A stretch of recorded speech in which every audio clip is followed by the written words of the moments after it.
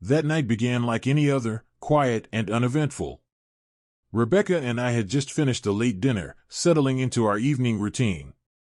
We were sprawled on the couch, half watching TV, when she turned to me, all casual and relaxed, and said, "Let's have dinner with Brad sometime."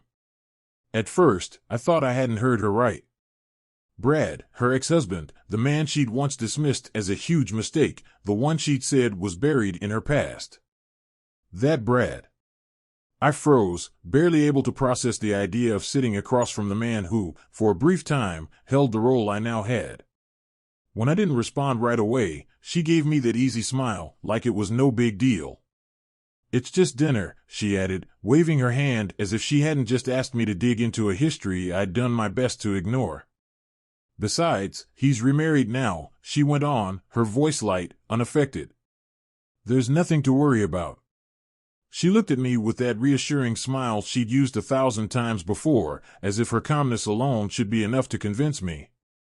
But something felt off. A tiny alarm went off somewhere deep in my mind, something in my gut pulling at me, trying to warn me. We'd been married for nearly 20 years, had gone through life's ups and downs together, raised a family, and yet I couldn't shake a sudden sense of unease. Why now? Why was Brad, a man she hadn't even mentioned in years, suddenly back in her life? I chalked up my reaction to jealousy, the kind that flares up without warning. I'd never had reason to doubt Rebecca, and I reminded myself that trust was the foundation of our relationship. I shook off the feeling, telling myself that if she was comfortable with it, I should be too. When the night of the dinner arrived, I forced a smile, ready to push past any discomfort and just get through it. But when Brad finally walked in, everything inside me went still. He wasn't what I'd expected. Confident and way too self-assured, he greeted Rebecca with a warmth that set my teeth on edge. The way he looked at her held something more than friendliness. It was like he was savoring a memory that only the two of them shared. He caught my eye and gave a quick, polite nod, but I could sense it, a subtle hint of something deeper, like he was challenging me. My stomach tightened. As the night went on, I couldn't shake the feeling that I was the odd one out. They kept glancing at each other, laughing over old stories that didn't include me, reminiscing about times long past. I could feel myself shrinking into my chair as they shared knowing looks, like they were replaying a memory that existed in some private world I'd never be a part of. They spent way too long reminiscing about things that had no punchline, stories that seemed to hold a weight only they understood. I felt my grip on reality slipping, like I was sitting outside of my own life. And when Brad's hand brushed hers briefly, it felt deliberate, like an inside joke that I was the punchline of. Rebecca laughed, maybe too easily, as if she'd forgotten I was even sitting beside her. And in that moment, it became painfully clear that I was the outsider, watching my own wife reconnect with a part of her past I'd never understood. After that night, something in Rebecca shifted. It was subtle at first, small changes that I couldn't quite put my finger on. She grew distant, a shadow of her usual self, wrapped up in thoughts she never shared. I'd catch her lost in her phone, typing away with this focused expression that used to be reserved for our late-night conversations.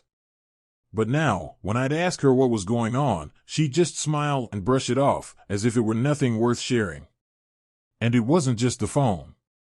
Rebecca was out more often, claiming she had to work late or that she was meeting friends for drinks. But these work events seemed to multiply overnight, keeping her out late, and the familiar warmth between us started to cool.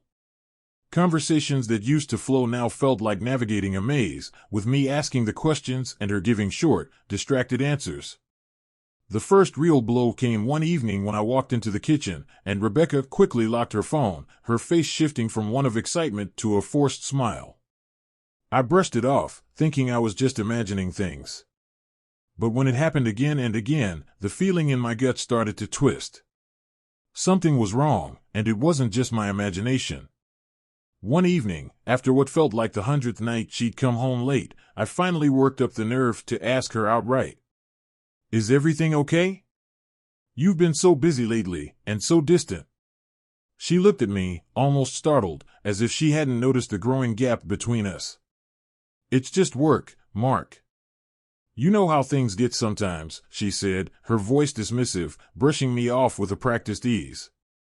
She gave me a quick hug and headed upstairs, leaving me alone, trying to piece together why she suddenly felt like a stranger. Then came the dinners. Random nights out with the girls that I wasn't aware she'd reconnected with, vague plans I hadn't heard about until the last minute. And every time I asked, she'd roll her eyes a little, as if I was overreacting, as if I were paranoid for even asking. But the alarm in my gut only grew louder. Finally, one night, when she said she'd be out with friends again, I made a choice I never thought I would. I waited until she left, counted to 10, then grabbed my keys and followed. The idea of tailing her felt ridiculous, like something out of a cheap novel, but the need for answers drowned out everything else. She drove across town to a small, quiet bar, one of those out-of-the-way places where people go when they want privacy. And there he was. Brad. Waiting outside, hands in his pockets, his expression annoyingly smug as he looked up and saw her approach. She smiled at him, that easy, relaxed smile she used to save for me. And as they walked inside together, I sat there in my car, watching through the glass. I wanted to believe it was innocent, that maybe she was just working through some unresolved chapter of her past. But the longer I watched them talk, laugh, lean in close, the less I could lie to myself. This wasn't just an innocent reunion. Sitting in my car outside that bar, I watched them, feeling like a ghost observing my own life unraveling. Through the glass, I saw Rebecca, my wife of nearly 2 decades, laughing at Brad's every word, leaning in close like they were the only 2 people in the world.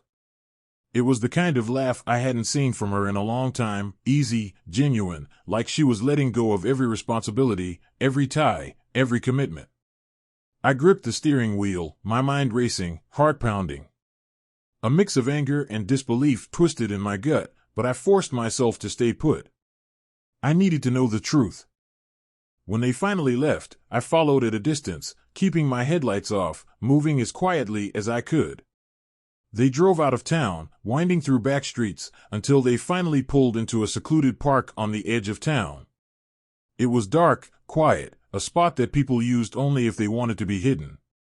My chest tightened as I watched them step out of the car and stand there, just the 2 of them, talking softly under the faint light of a street lamp. I felt sick. And then it happened.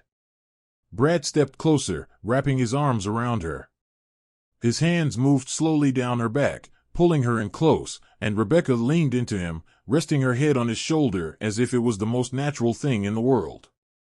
My mind screamed at me to look away, to drive off and pretend this nightmare wasn't happening, but I couldn't. I was glued to the sight, each second slicing into me like a knife. Without thinking, I got out of the car, slamming the door shut, and stormed toward them. My blood was boiling, every nerve screaming as I closed the distance. "Rebecca!" I shouted, my voice slicing through the silence. They broke apart instantly, and she spun around, her face going pale as she saw me. Her mouth opened, but no words came out. She looked like she'd seen a ghost. Brad, though, didn't flinch. His eyes met mine, and that cocky smirk still lingered on his face, almost daring me to react. I demanded answers, my voice shaking with betrayal and anger. "What the hell is this?" I asked, looking from her to him, my fists clenched so tight I could feel my nails digging into my palms. Rebecca stammered, her face frozen in shock, as if she hadn't expected to be caught. "We were just talking," she finally managed, but the words sounded hollow, empty. My mind raced, my heart pounding as I realized this was no innocent talk, no closure session. The woman I trusted, the woman I'd built my life with, was standing there with her arms wrapped around another man. I laughed, the sound bitter and filled with pain. "You clear the air by sneaking off in the middle of the night to a dark park with your ex?" I could barely hold back the anger boiling inside me, the betrayal flooding my veins. Brad just watched me, his hands in his pockets, an infuriating calm about him, like he'd been expecting this moment all along. Standing there, face to face with Rebecca, the weight of everything we'd built was crashing down around me. I demanded answers, my voice raw, barely contained, but she just looked at me, scrambling for words, for any excuse that might ease the tension. It's not what you think, Mark, she started, her voice trembling, but I could hear the practiced calm beneath it, as if she was trying to keep control. We were just talking. I needed closure. Closure? I spat the word out, unable to believe what I was hearing. You need closure after 19 years of marriage? And you're getting it here, in some hidden park, wrapped around him? My voice broke with a mix of fury and heartbreak, every word spilling out like a wound ripped open. Rebecca's face twisted, a flicker of frustration behind her eyes. I'm serious, Mark. I just wanted to talk to him. You wouldn't understand. She was slipping into that tone she used whenever I questioned her, a tone that turned everything back on me. You're overreacting. Nothing happened. But her words sounded empty, just a flimsy shield against the reality I was staring at. I looked at her, feeling everything inside me break. How long has this been going on? I demanded, voice low, fists clenched. She hesitated, her eyes darting away, and I saw it, the truth she tried so hard to hide. A few months, she whispered, barely audible. The ground shifted beneath me as I realized how deep this betrayal went. My own wife, the mother of my children, had been lying to me for months, meeting him in secret, keeping this part of her life hidden. Brad shifted then, stepping forward as if to speak. I turned to him, my anger burning even hotter. Stay out of this, I growled, my fists clenching tighter, the rage building until it felt like it would explode. But he didn't move. Instead, he looked at me with that same calm, as if none of this was his fault. Mark, please, Rebecca said, her voice low, almost pleading. I didn't mean for it to go this far. I was just confused. Confused? I could barely believe the words. 19 years together, and you're confused? You made a choice, Rebecca, again and again, you chose to lie, to sneak around, to go to him. I felt my heart crack open, the weight of those years pressing down on me, every shared memory turned into something dark, hollow. For a moment, she faltered, her eyes welling up, but it was too late. I could see the truth now, could feel it as clearly as the heartbreak tearing through me. This wasn't a mistake or a moment of confusion, this was a betrayal. And the worst part was, even now, she couldn't look me in the eye and choose me. The hesitation was still there, like she hadn't yet decided between her past and the life we'd built. I took a step back, the weight of it all too much to bear. You've already made your choice, I said quietly, feeling a strange sense of clarity settle over me. You can have him, Rebecca. I turned and walked away, leaving her standing there, broken pieces of our life scattered in my wake. As I got in my car and drove off, the emptiness settled in. 19 years, our entire life together, gone in a single, heartbreaking night.